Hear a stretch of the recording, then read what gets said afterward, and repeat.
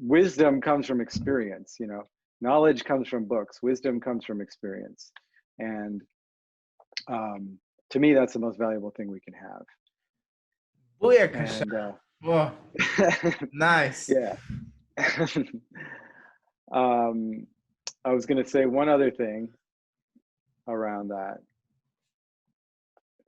So I think I've yeah, I interrupted the guess, flow a little bit. Sorry. yeah, no, that's okay. That's okay. I like that, a little explanation.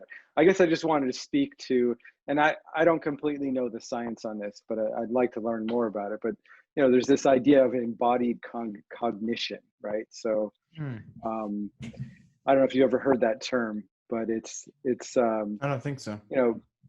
and there's also another term called proprioception. So it's our capacity to place our awareness into other parts of our body, like when our attention is on our thoughts, right, it's up here. But we can actually place our attention on our legs, Mm. on our belly. In a lot of meditation traditions, you're focusing on the other brain, which is the gut brain, Yes, down yes. here in the Dantian, which the martial arts call the power center of the body, right?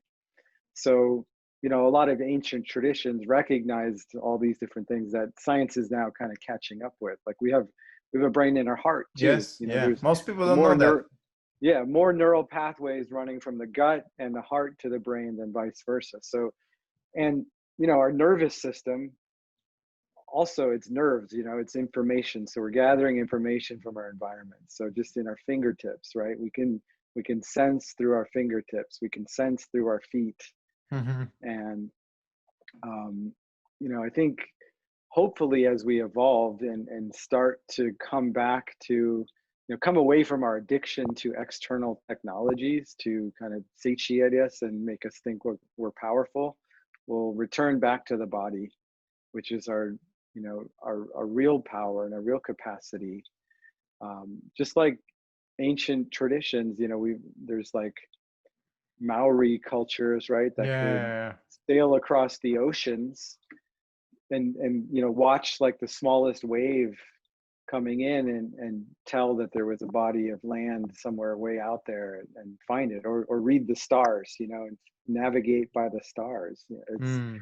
It's like we've lost a lot of these human capacities that were very much of the body, that Wow. we've kind of dumbed ourselves down, I think. And Hmm. to me, the next human renaissance is returning to the wisdom of our bodies. Beautifully put. Like I personally would like to know more about this. One thing that comes to mind is again from this gentleman Michael Gay. He says that sometimes whenever trauma happens, it occurs in parts of the brain where language isn't present. That's why when you go to psychotherapists, Mm-hmm. coaches, etc., that in and of itself has value.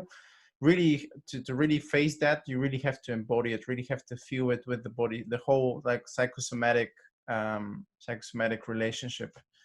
But Yeah, I think that's so important to acknowledge. Yeah, I don't want to cut you off, but yeah, for no, no, sure. no, great. Like I was just kind of topping your point.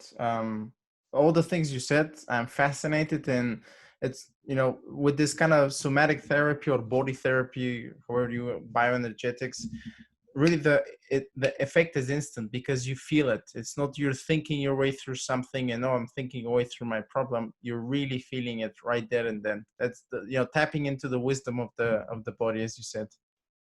Hmm. Yeah, and I want to re-emphasize that point. Like a lot of these wounds, a lot of the places that our bodies got kind of locked into these trauma responses happened in childhood, precognitively, before our brains were fully developed. Mm. And we kind of in some ways have to return there in order to rewire in a healthier way. Mm-hmm. Because our cognitive mind happened much later. It's another Yes. layer, Yeah. Yeah. Yeah. and in a way we're going into that primal brain.